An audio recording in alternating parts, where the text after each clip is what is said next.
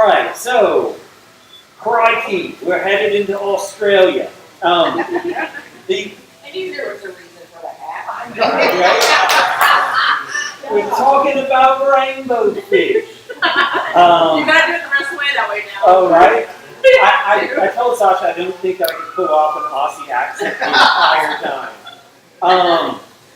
So, rainbow fish. I know that they're not oftentimes a focus species. We tend to kind of think of them as something you put in tank with other things. You're like, oh, I'm going to add a few rainbows. But rainbow fish are a really neat group. When we talk about them, I'm going to refer to them back in they're really Atheriniformes. Atheriniformes, one of the notable characteristics that you can always spot is they have two dorsal fins. They have two large, actually full functioning dorsal fins.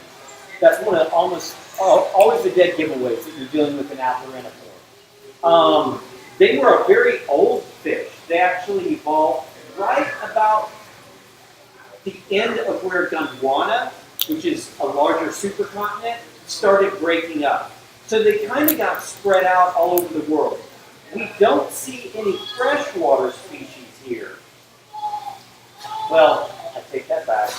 We see a few that are arguably brackish.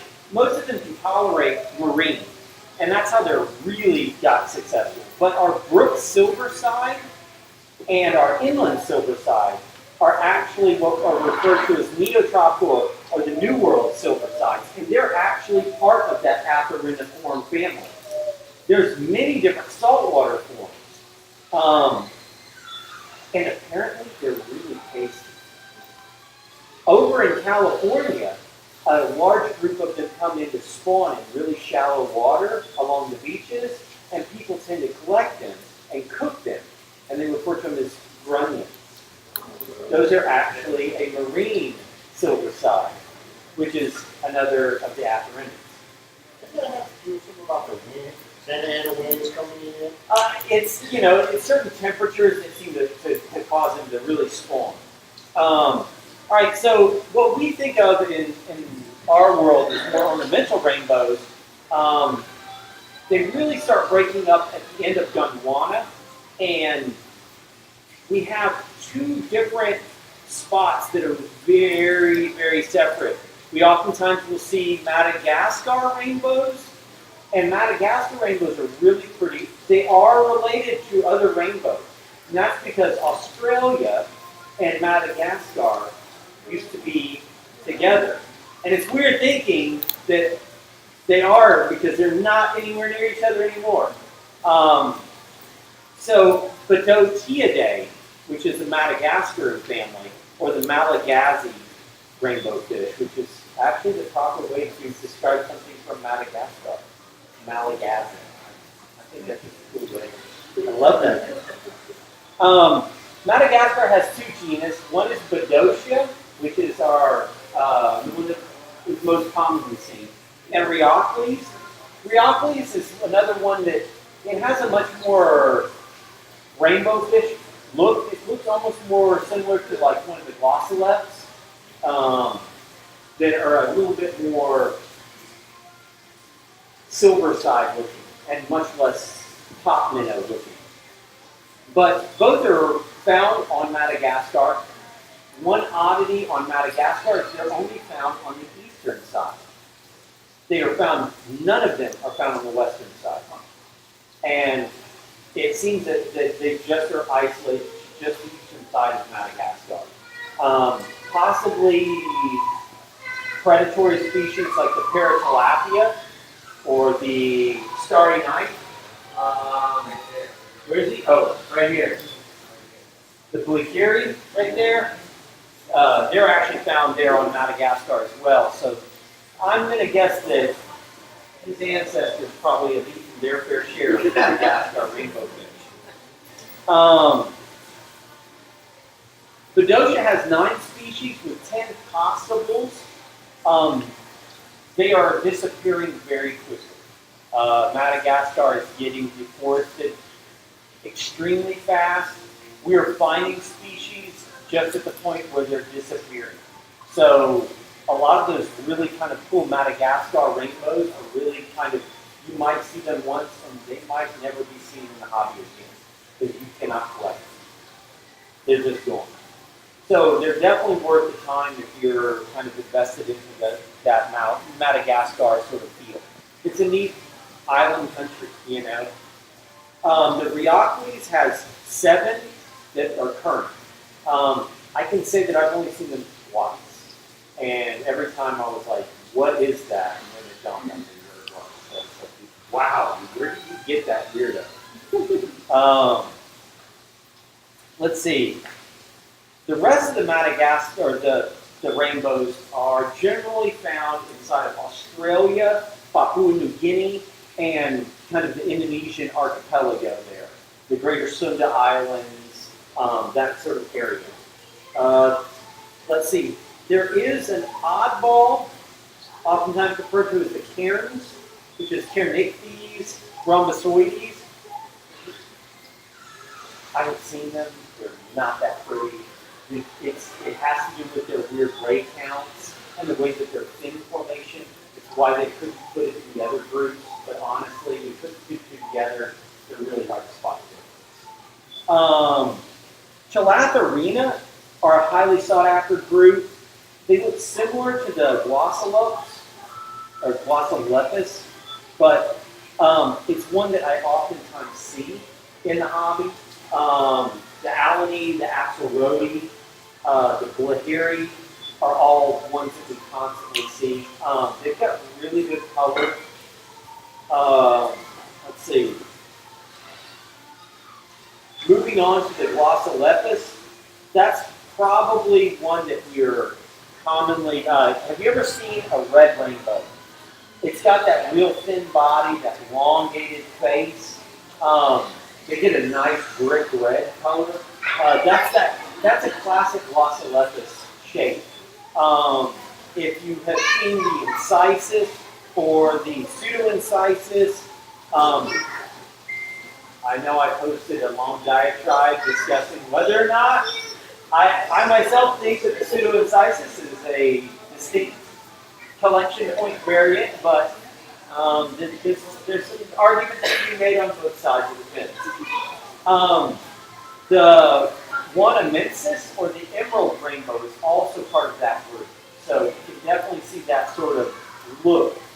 As well as the Dorityi, or what you'll oftentimes hear referred to as the zigzag rainbow, which gets a nice, gorgeous silver with red streaking along the sides. I will say that glossolepis is a very large species compared to some of the others. I mean, these can pop out in that 6-inch range. And that's a sizable fish that likes some swimming ring. Let's see, moving on into the threadfin rainbow. They are literally their own unique little critter. There's nothing related to them. They are monotypic. They're one of my favorites. They're a little bit tricky. It's a nanospecies. Atheriniformes, Werneri is its scientific. The males have gorgeous long fins. A lot of people have a hard time feeding them. Feeding is a trick. They have a very, very, very narrow throat. So oftentimes, pulverizing the food will actually, you imagine comparative to body size that they should be able to swallow these things, but they can't. And then they end up starving. They'll slowly kind of waste away.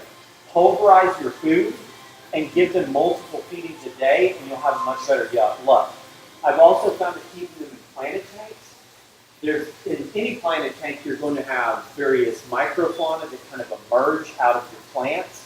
And you might not be going, I'm growing food, but your tank is growing food.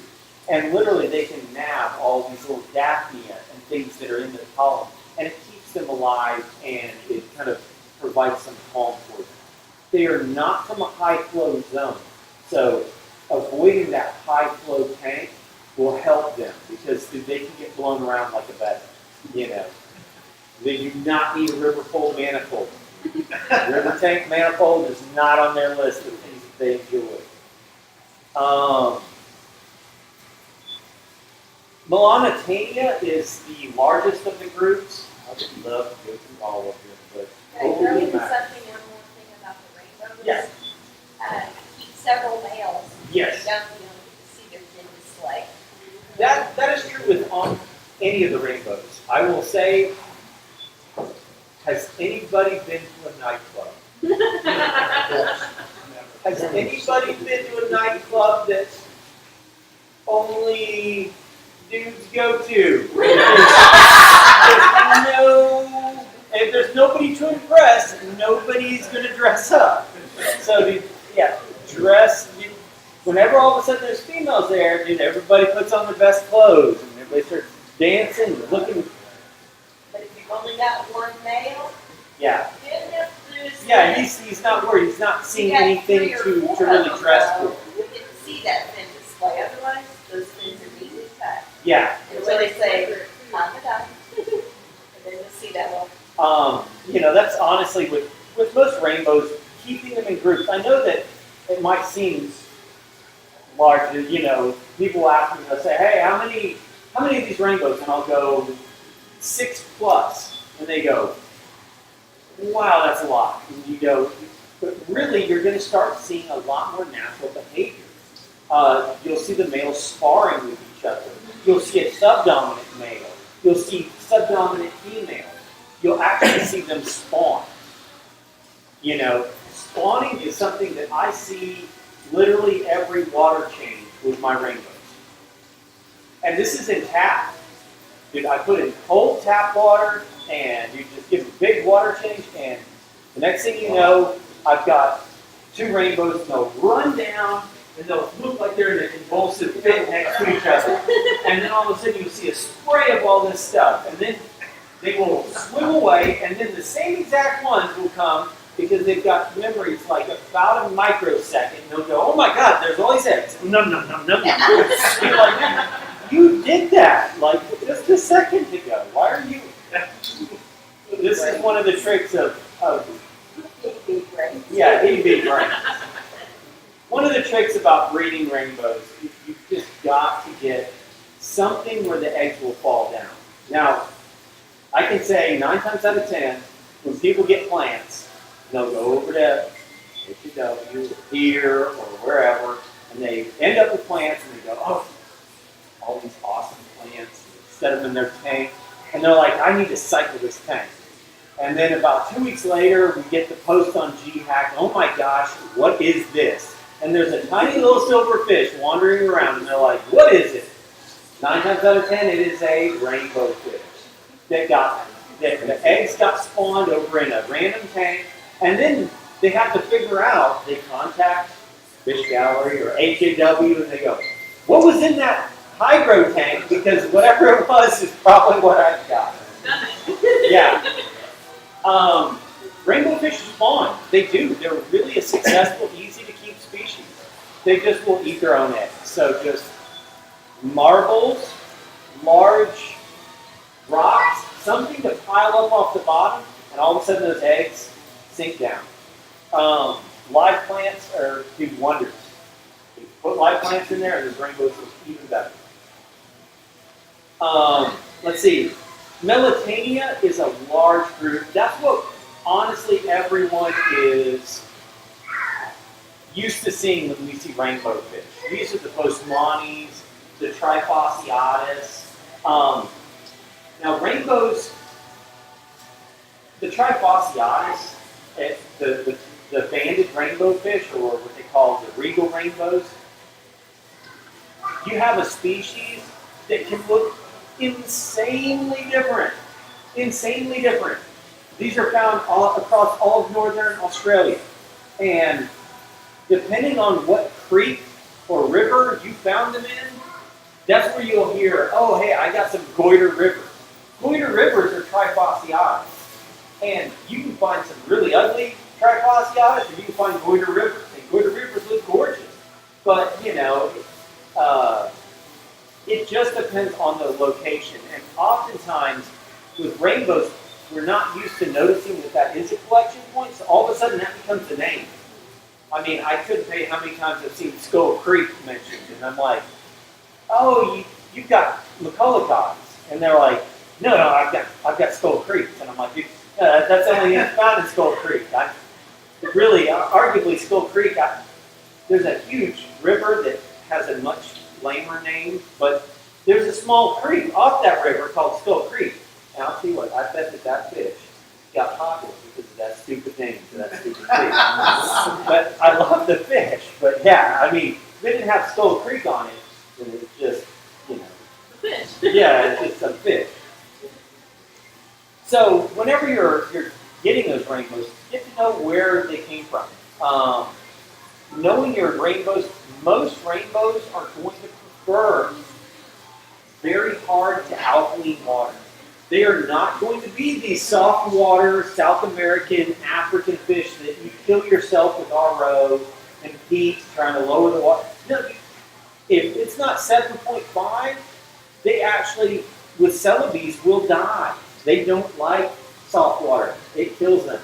They want that water harder. Now, there's a few that are different, but it's a rarity amongst rainbows. Many of them can also tolerate brackish.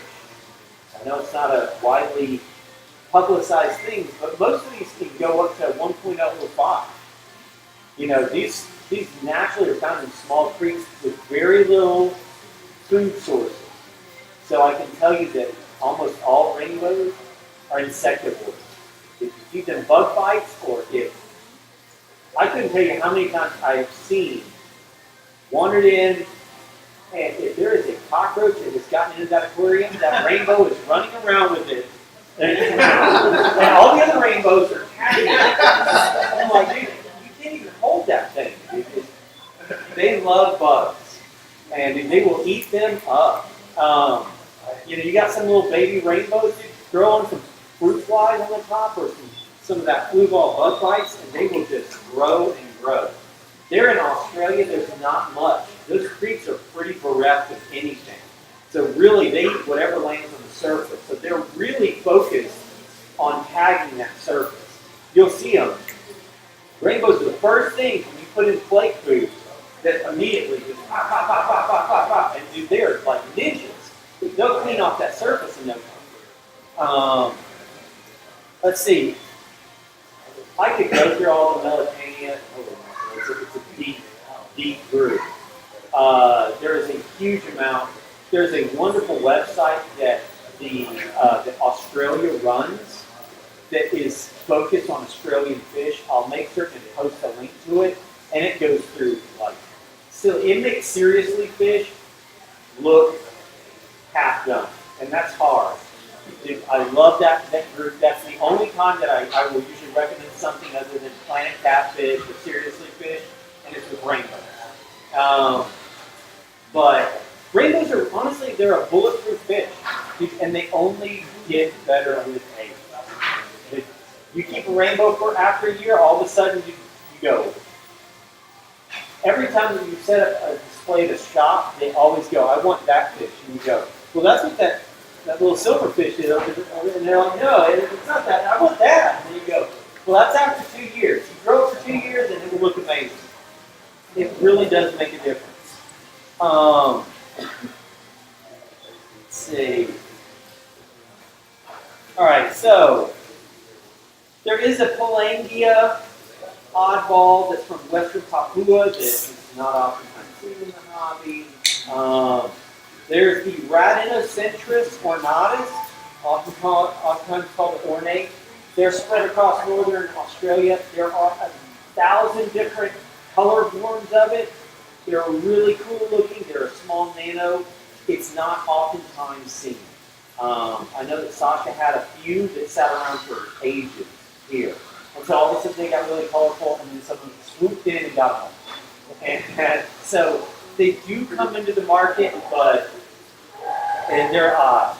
All right, so a cousin to the rainbows, and oftentimes you'll hear them called rainbow fish, is the pseudomugils. Pseudomugils are oftentimes what I call the Australian blue eyes. And that's because they all have blue eyes.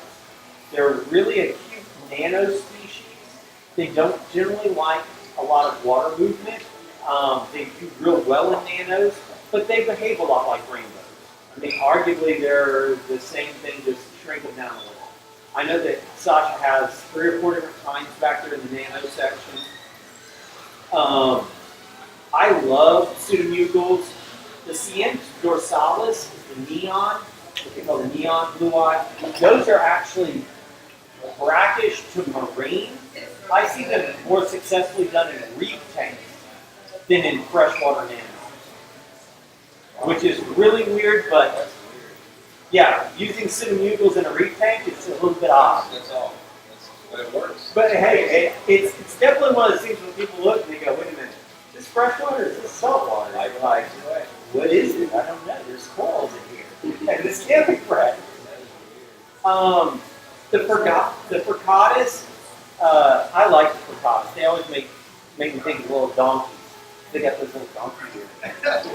They're little pectoral fins, just look like donkey ears. They flip around. I think they're cute. They're great fish. The Gertrudes are part of the Eru group, which is part of the Sunda Islands group. They're found in a lot of different areas. The Eru 2 collection point is highly sought after. The Gertrudes are really small. We see pictures online and they look very insanely huge and impressive. And when you get them, you're like, holy mackerel, that fish is only this big. There's some zoomed in pics online, but they are really cute. I've had them for years in a tank. And honestly, most of these rainbows, they don't need a whole lot of heat. You know, I keep them at room temp, and I never have any problem. I keep them in tap. They love it. Let's see. I've seen the Avant Sophies, blue eyes. They're not as impressive as some of the others. If you're a crazy pseudomugal person, and it's like Pokemon, you gotta get them all. You'll get them all. They're out there, but. The Luminatus is the red neon. It was referred to originally as a passkey. So they've actually kind of got their own name now. It was named in 2016, but they've kind of been arguing collection point and whether or not there's a second species. But I love the paskies. I know that Diana has a nano that has some paskies in it. So they really have a gorgeous look to them. I found that the paskies are very similar to the Gertrudes, the spotted blue eyes, in behavior. The Melis, or the honey pseudomugals, are another real pretty species. Let's see. The Signifers and the Tenellus are another 2 that we occasionally see. There is a redfin blue eye. It's supposedly critically endangered. Supposedly it's this amazing looking fish that works super well in the nano. I've never seen them offered. I'm not certain how we're going to get them, but I will keep an eye out. All right, that moves us into the sailfin silversides, which are actually a branch. They evolved out of the same pseudomugal group. The sailfin silversides, or Telmatherinidae, are actually found in Sulawesi completely. They're not found. There's one island outside of Sulawesi that has them, but they evolved in the Sulawesi region. They were arguably one of the first ones that popped up in the hobby, and back in the 1950s, Sulawesi was not called Sulawesi. It was the conquerors that got to name them, and they said, you and your island will be called Celebes. And they went, after about 20 years, they said, we're not going to be Celebes no more. You guys kind of named us this, and we don't like that. We're going to call ourselves Sulawesi. And so it's funny, we call the Celebes rainbow, yet we're calling it a dead name. It doesn't, you're never going to find anybody they're going to look at you like you're crazy. It's like calling something, it's like sort of like calling it the Siamese algae. Siam doesn't exist any longer. It's Thailand. We've moved on. But it's gotten stuck, so that's what the Celebes rainbow is called that. It's actually from the Maros region. so they actually kind of diverge. It's monotypic, but there's a huge group inside of Atheriniformes, and there's 6 different genus that are found with like 20 different species. And they're mostly all found in that Tahuti Momil lake system there in Sulawesi.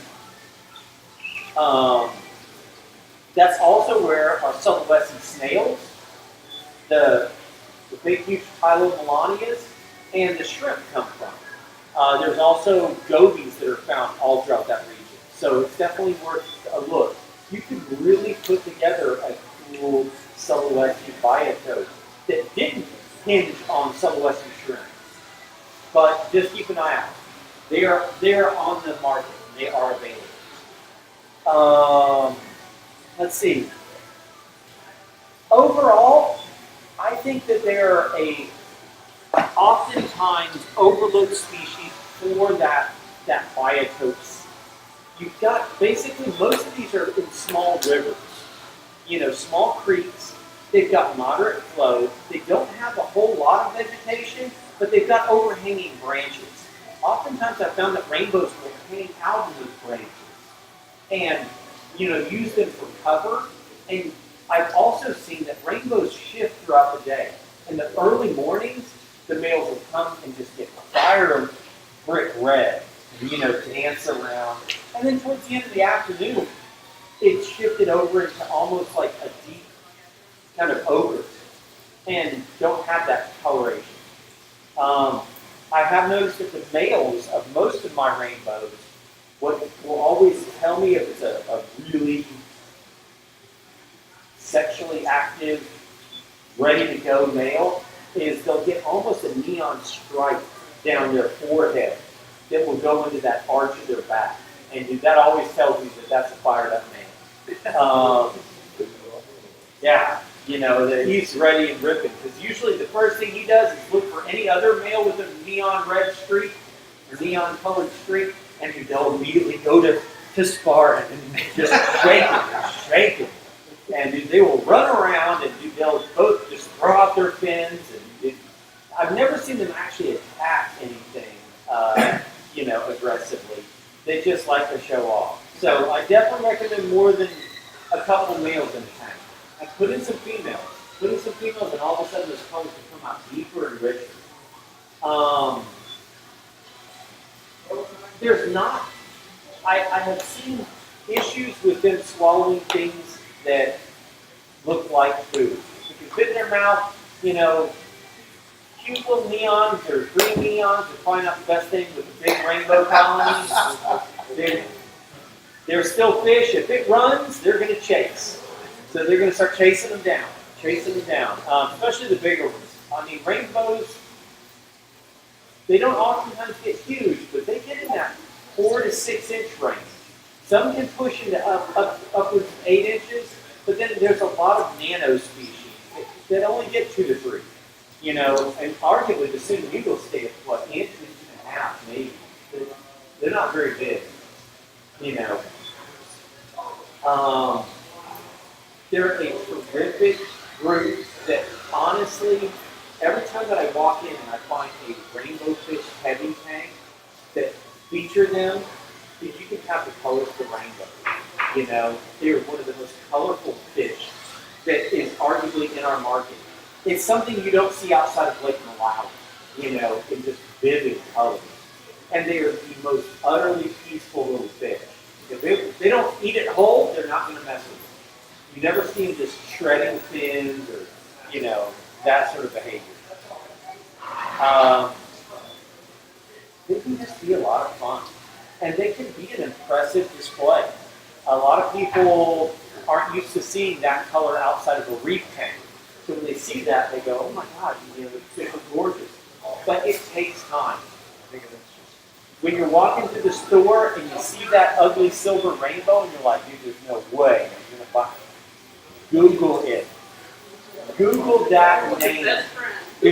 Be like, all right, because and when you pull up that scientific name, that Latin name, you know what it's going to come up with? They're going to show you what they are going to look like as adults. I saw the most hideous looking silver rainbows, but those were all sepids. and those septics are gorgeous. But if you didn't know that, you pass by those ugly silver rainbows and you go on to something else. And honestly, I know that Jamie, I don't know where Jamie is, but wherever she is, back over there. Jamie, I had posted up a picture of a full-grown Celebes rainbow, and she was like, "Oh my God, I have to have that fish." I was like, "Well, they have them all the time at the shop," and she was like, "No, that's not that fish. No." And I said, "No, they're there. They're right here in this tank." And she went, "That's not that fish." And that's really what started her on the process of Googling and knowing what fish look like when they grow out. A lot of times adult rainbows don't ship right. They transition poorly. You really need to kind of get them at a small size. At small size, they're bulletproof. You can't hardly kill them. So, growing them out in your tank is a much better option. We're starting to see a lot more new species. I know that you'll see some kind of flashy names like, there's the Wapoga, which is the red laser.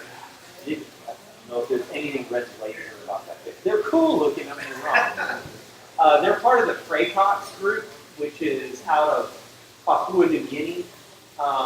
The Freycox is our neon dwarf.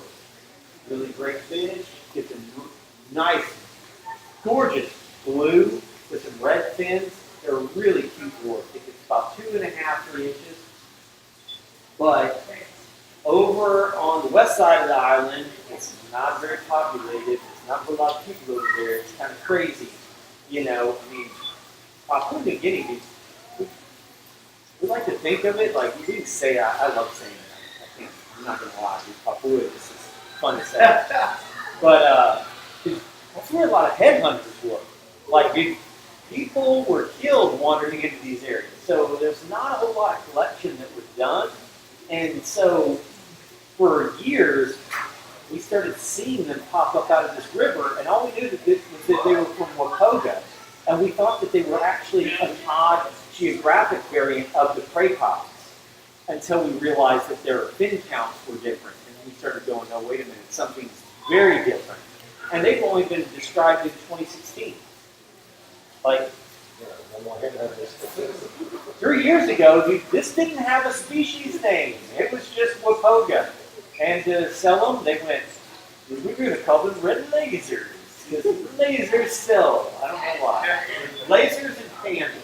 Dude, I can tell you, there's so many fish that are named Panda and Laser. Man, boy, between those names, boy, they have sold some fish. Yeah. Yeah, we recently got in some tetras, and we saw them on a list, and they were listed as panda tetras. And I'm like, panda tetras? What is it? You wonder why? They sell.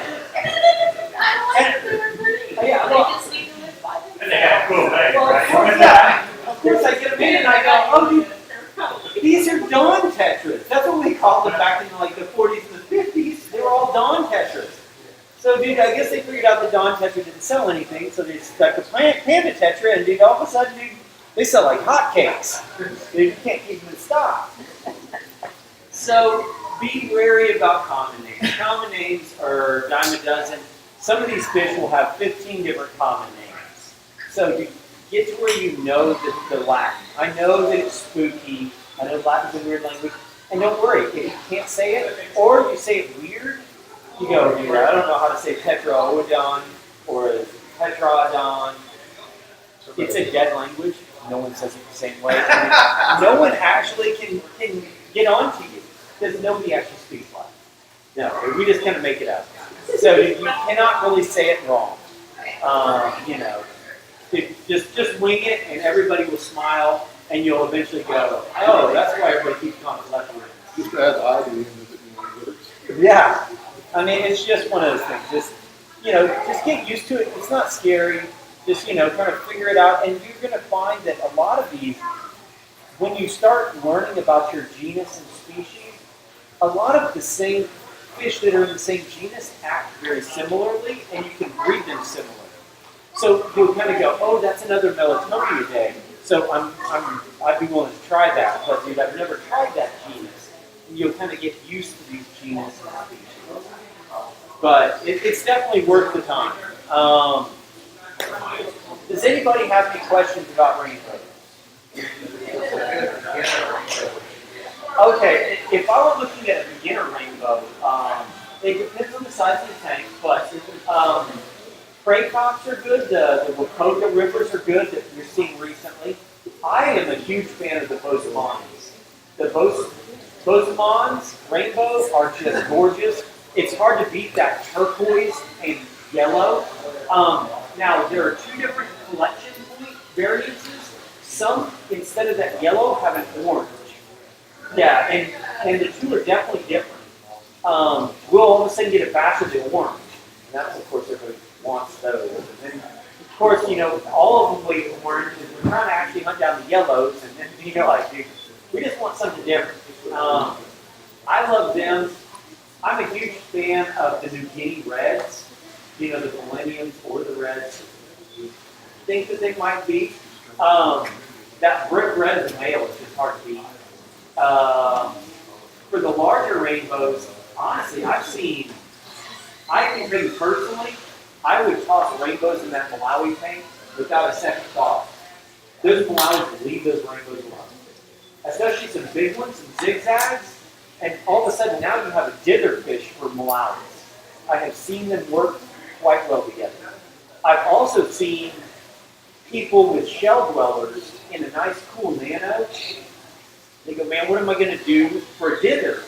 Because they don't have enough room for six. You don't have synchronous. So you've got a whole bunch of little multis that are all across the bottom. And I've seen more times than I can say, some of the best are pseudo-mucus. They hang up right there at the top, and they love that same water frame. And they look terrific together. It's weird thinking two fish from across the world, but they really do a good job. Yeah.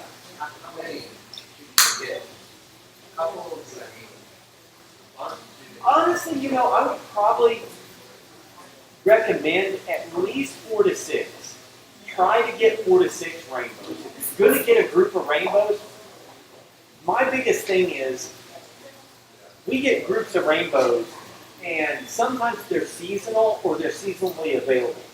Now, every once in a while, you get like a thing like a Bosemani that are always fairly steady. But if I get Sepics in, it might be 2 years till I see Sepics again. So you get 2 of them, and they color up, and you have these amazing fish, and you go, dude, I want some. Oh, that's right, dude. Now I can't find them. You couldn't offer people gold for those things. They just disappear. So whenever you're getting them, if you've got the room, get 4 to 6. And honestly, if you can get 8 to 12, get them. Snatch up a school of them. You will not be disappointed with rainbows. You can. I've never seen a whole lot of crossbreeding. I know that certain ones, especially really, really closely related ones, can crossbreed, but I've never had a problem with that one in the field. Most of those Monty, if you keep them with trifasciatus, I've never had them crossbreed. So, if breeding is your goal, if that's your ultimate goal, then, keeping them separate would definitely be best. But if it was just kind of, you're wanting a mixed kind of colorful tank, I don't have any problem if tossing them all together. As long as one won't fit in the other's mouth, you're usually good to go. It's because they're bright colors. Whenever they were kind of walking in and really diagnosing the fish from Australia and Papua New Guinea and Indonesia, they found these gorgeously colored fish, from turquoise to red to yellow to blues, and, just the myriad of colors. And they started referring to these as rainbow fish. And that's really where they kind of got that name. Oh, I just got rainbowfish from past that always seem to get his mouth raw. Okay, all right. So usually, honestly, that is something that we see. Oftentimes, they're kept in a slightly different water parameter, and it seems that they transition very poorly. I will say that if you see that initial fungus on the mouths, it's almost like a columnaris. Hit the tank with a furan tube, hit it hard, and it will wipe it out in no time. Once they get through it, dude, no problem. You'll never have an issue.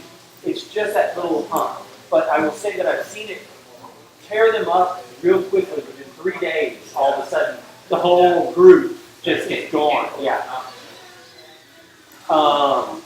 Any other questions? What are some other, when you're talking about the mammal species of these rainbows, what are some other body-moving fish that can go inside with them that, you know? Okay, so now, again, rainbows, we've got a huge geographic range. So let's say we're talking about Australians. Right. Remember that most of Australia doesn't have a whole lot of catfish or upper species. And most of Australia, arguably, is mostly brackish. But gobies, desert gobies are good choices. Red-spotted gobies. A lot of steepidens can work really well with rainbows, especially some of the like pseudobugles. It just depends on kind of your area, but half-beaks are another. Some of the little thin half-beaks that are Asian. You can arguably even, if you have a big enough colony and a big enough tank, you could even try some of the Southeast Asian kind of loaches that going for that kind of thing. Like the smaller loaches, so. Yeah, some of the coolies and stuff, and even some of the. I mean, I would worry about putting them in with skunk botillas. The skunk botillas one, tiger botillas. They all work real well together. Now, for a biotope, it's going to be a little bit tight. There's just not a whole lot that. They're pretty much they're in the water by themselves. Pretty much. Well, there's a bunch of other stuff over there, but we never see that because it's kind of ugly or mean. I've seen a Sulawesi goby, but you're talking about a kind of black 4 to 5 inch goby that pretty much eats anything that fits in its mouth. You don't want that. Yeah. I mean, marbled sleepers are found commonly over there. So same with like the Buddhist, the crazy fish. Yeah. But you ever seen a Buddhist fish? A crazy fish? Crazy fish are awesome. So crazy fish, yeah, that's their scientific name is Buddhist. B-U-T-I-S.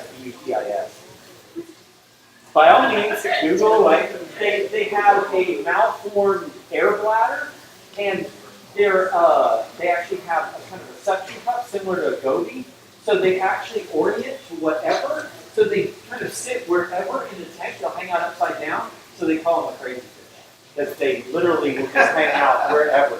They'll sit upside down, turn weird ways, they'll sit on ears, wherever. They call them crazy fish. Have you found the picture?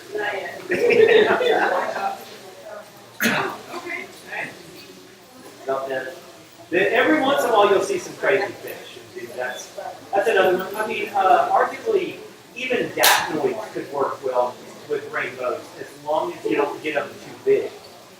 They're found in similar waters. You really can kind of go wild with scats. Might work well with them if you're doing kind of a low-end salinity rainbow. You could really look at what is available in Australia, and then and some of those islands, and then you can kind of start tailoring it. And don't always think in like freshwater. What what I'm saying? What is commonly considered? I can tell you, I had a I have a huge 1,200-gallon saltwater tank that the lady has a 3-foot stellatus puffer, and she had a problem. She wanted something schooling in the middle, and she couldn't Everything was beating up the puffer. Like, I kid you not, dude, these butterfly fish would just nip the puffer's fins. And it would just beat up this puffer. And so I was like, well, I've got something. And we brought her over a school of like 18 monos. Now, dude, those are monos. These are arguably freshwater. Right. Dude, she loves them. She thought they was the coolest fish. Oh, wow. She was like, think outside the box, you know. Dude, they're fine in saltwater. Dude, they do great. Honestly, they do wonderful on a reef. Right. Yeah. Dude, think outside the box, and you can kind of get some interesting concepts that don't always, you know. And I know that they've got a whole bunch of different rainbows here. You know, take a look and make certain that we've got a huge section of food. Please go and grab something. You know, they've offered a great deal. Make certain and thank the employees, man. You know, they put up with all of our crazy zany. So, you know, thank them for it. Does anybody else have any questions? All right, well, this is going to conclude our Rainbowfish lecture. Thank you all for coming.